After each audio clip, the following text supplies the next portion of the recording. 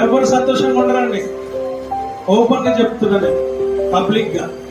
Marriage అయిన తర్వాత ఎవరు సంతోషంగా ఉండరు. రూత్ అడుగుదాం, రూత్ సంతోషంగా ఉన్నావా? లేదు. ఆమె హల్లెలూయా. మోనిక లేదు.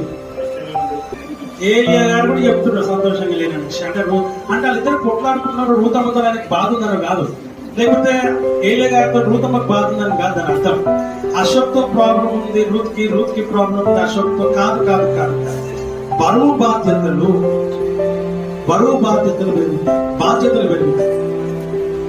నువ్వు సంపాదించే సంపాదన సరిపోనప్పుడు నీకు ఉండేటువంటి కష్టం, నువ్వు చేసే అప్పు, దీనికి దానికి పొంతన లేనటువంటి జీవితం, శాలరీకి నీ జీవితానికి పొంతన లేని జీవితం, దీన్ని కట్టలేక, దీన్ని చూడలేక, ఈ దానికి పైకి వెళ్ళలేక, ఉన్నది సరిపోక, జీవితంలో సమాధానం కోల్పోయి, నెమ్మదిని కోల్పోయి